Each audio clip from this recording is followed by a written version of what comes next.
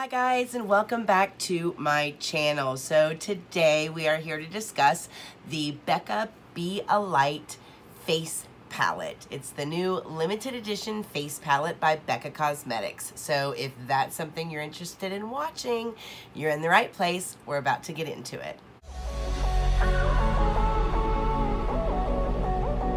I'm a lone wolf. I'm a lone wolf. I'm a lone wolf. I'm a lone wolf. I'm a lone wolf.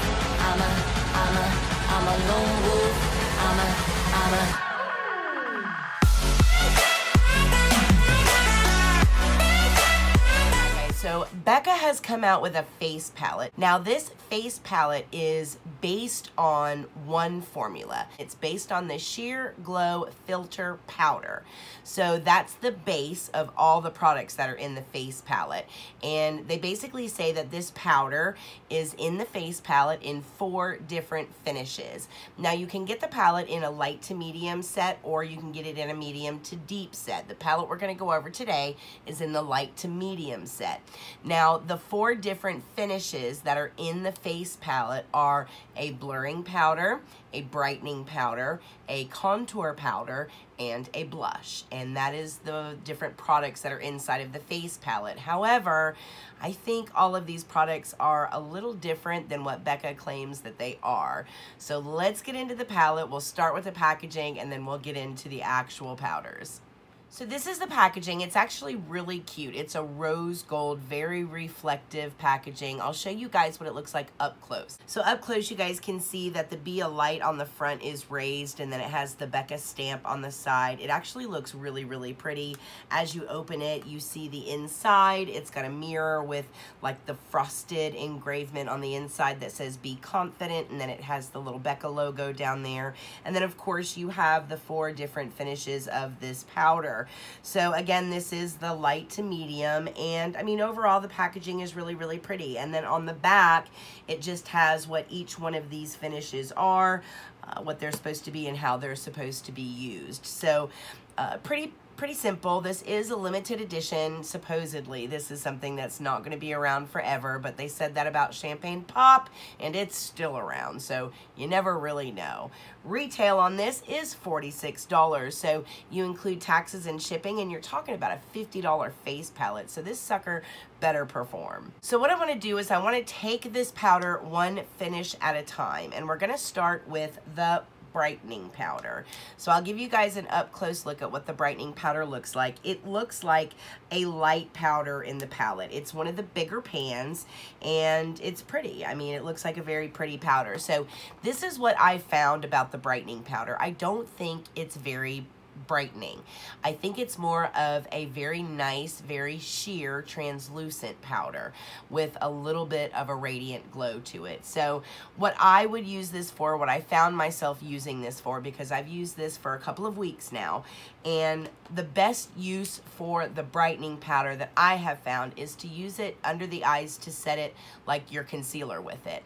They suggest that you use it like you would to highlight your face, like down the bridge of the nose, the cupid's bow, chin, forehead, high points of the cheek. But I don't feel like the formula is brightening enough to use in those places and actually have a good brightening effect as a result of that. But it is a very sheer, very lightweight powder that looks really nice when you're setting your concealer because it's not heavy, it doesn't change color at all, and it sets your concealer very nicely. So I actually like it for that purpose.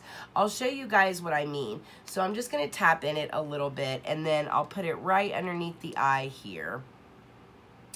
And just so you guys can see what the finish of it looks like. So you probably can't even really tell that it's there. It's very, very subtle, and that's why I like it to use to set concealer with. Now, if you put this formula up against an actual brightening powder, for example, we'll take the KKW brightening powder, and I'll just do the same thing, couple of taps, and put the brightening powder underneath the eye here. You can see an obvious difference in this side and how it actually brightened and how this side didn't really brighten at all. So I don't know. I kind of am let down by this particular formula simply because I don't feel like it's a brightening powder. I like it as a translucent setting powder to set concealer with, but as a brightening powder, it was kind of a flop.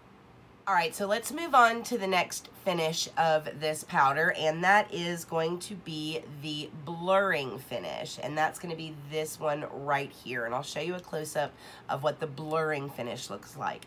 Now, this just looks like a finishing powder that you would use to like finish your face. So like the CoverGirl Advanced Radiance Compact comes to mind. The Hourglass Dim Light Compact comes to mind. Any finishing powder that you want to put on after you've put all of your makeup on for some sort of effect on the face. The particular effect that this powder gives is supposed to be a blurring effect or a soft focus effect where it kind of blurs out fine lines and hides pores. Now, this is actually my favorite product out of this entire face palette because it does a really good job at finishing the face. It does a great job with blurring. It does a great job with the pore hiding. All of that stuff, it really does a great job at. Now, this does have a little bit of pigment in it. So if you have like a light to medium or a medium coverage foundation and you're looking for a little extra coverage, this would be a great powder to reach for because it does give you a little bit of extra coverage as far as evening out skin tone. But I really like this as a blurring powder, and I'll show you what my application looked like here. Now, because it has pigment in it, I did kind of keep this to the outer perimeter of my face. So I kept it, you know, just on the outside and not towards the center of my face where I would want to put like a brightening powder or something a little lighter.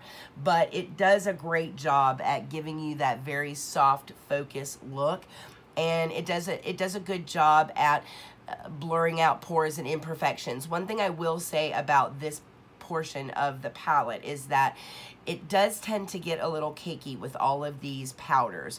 So it is a sheer enough formula that you can layer it and use a setting spray and get rid of that cakiness. So just keep that in mind. This is a lot of layering with a lot of powder. So make sure at the end you do lock it all down with a setting spray and it will actually look really pretty. All right, so the next finish I want to talk about is the contour finish in this particular palette. And they describe this contour as a neutral contour, and they call it a contour, which I disagree with. I think this is actually a warm bronzer. It looks a little orangey on me, and I don't really like the tone of it. And it has a little bit of a radiance to it, which you typically don't have when you're looking to contour. When you're contouring, you want to create a shadow. You want to create depth. And when you're bronzing, you want to warm up the face. And I feel like this finish is definitely for warming up the face and not necessarily for creating contour.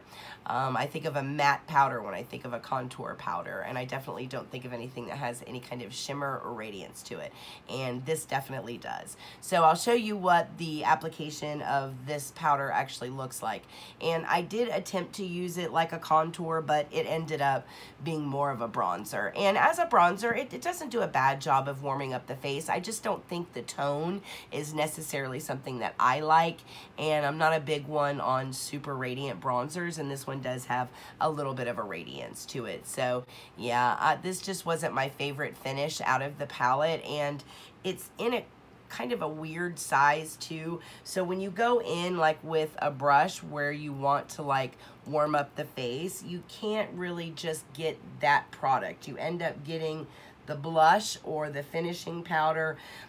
Because they're powders, they tend to fluff all over each other, and that messes up the finish a little bit. If you're going in with a brightening powder, you don't want any of this pink to be in your brightening powder, because if you go to set your under eye and you smear bright pink underneath your under eye, you're gonna screw up your whole look. So I don't necessarily like the layout of this. There's a lot of transfer that happens through the usage of this palette. All right, so that brings me to the last finish, which is the blush finish. And I'll show you guys a close-up of this particular one because I want you to see the marble in the blush. It is marbled with a very silvery pearl, which really turns this blush into a highlight, you guys. And I'm not even kidding. I like a matte blush. I like the way it looks. I like that pop of color on my face. I don't like shimmery blush because I have fine lines and wrinkles, so I don't like texture. Highlight shows texture on my cheeks, so I don't like to put any kind of shimmer or highlight on my cheeks. This has a lot of highlight. I would almost call this a highlighter as opposed to a blush. And I'll show you what I mean here in application. So when you put this on, you obviously get that wash of color, but you get such a highlight out of this that, again, I would really classify this as a highlight and less as a blush. Now, if you like a blush that is like a blinging highlight so that you can get kind of that 2-in-1 blush and highlight effect going, then you may absolutely love the finish of the blush in this particular palette. For me, it was not my favorite, and I did not like that finish at all. Now, as a highlight, I liked the tone of it as a highlight, but that pink undertone is really, really heavy, so it just ends up looking like you kind of have blush up here where you typically want to put a highlighter, so it just ended up being a mess for me, and I wasn't a fan of it. Again, that's just opinion, so if you like a shimmering highlighted blush, then that'll be a great product for you. It just wasn't a good fit for me. Alright, so just to recap, we have the brightening powder, which I like as more of a setting powder underneath the eye, and it's not so brightening. Then we have the blurring powder, which I actually really, really like the finish of. I wish this was sold individually. I think this is a great formula. Then we have the contour powder, which is really a bronzer. Not a fan of the tone, but I mean, as a bronzer, it's nice. It's really hard to get to as a bronzer because of the way that it's situated in this palette. But then we have this highlight blush hybrid here, which I definitely wasn't a fan of. So overall, I think I was pretty let down by this palette, and I don't think this is something that I would recommend that you guys pick up, especially for the expense. I know that it's a limited edition, but at the end of the day, you guys can get better products. All 4 of these, actually, I can think of better setting powders. I can think of better contours. Definitely can think of better blushes, and I don't know, I really, really like this blurring powder. But this blurring powder alone is not worth $46. So yeah, I think we're gonna have to call this one a fail, guys. Unfortunately, I was just not a fan of this particular palette. Kind of disappointed. Alright guys, well that's it. Let me know what you think. If you guys have picked this up and used it successfully, I would definitely love to hear from you. Let me know what your thoughts are down in the comments below. I love to hear from you guys. If you are new here, don't forget to hit the subscribe button and the notification bell so that you know every time I upload a video. And as always, I hope you guys are happy and healthy. Don't forget about the giveaway that we have going on. Go back and watch the giveaway video. Make sure that you're a subscriber, that you have liked that video, and down in the comments you have put a way for me to get in touch with you in case you are the winner. And again, we're going to be drawing for that one next weekend. The box is getting like bigger and bigger, so I'll have to go over that box again with you guys next weekend to go over everything that's been added to it. So we'll definitely take care of that next week. Other than that, I hope everybody is happy and healthy and that you guys are enjoying this week, and I will see you guys in the next video.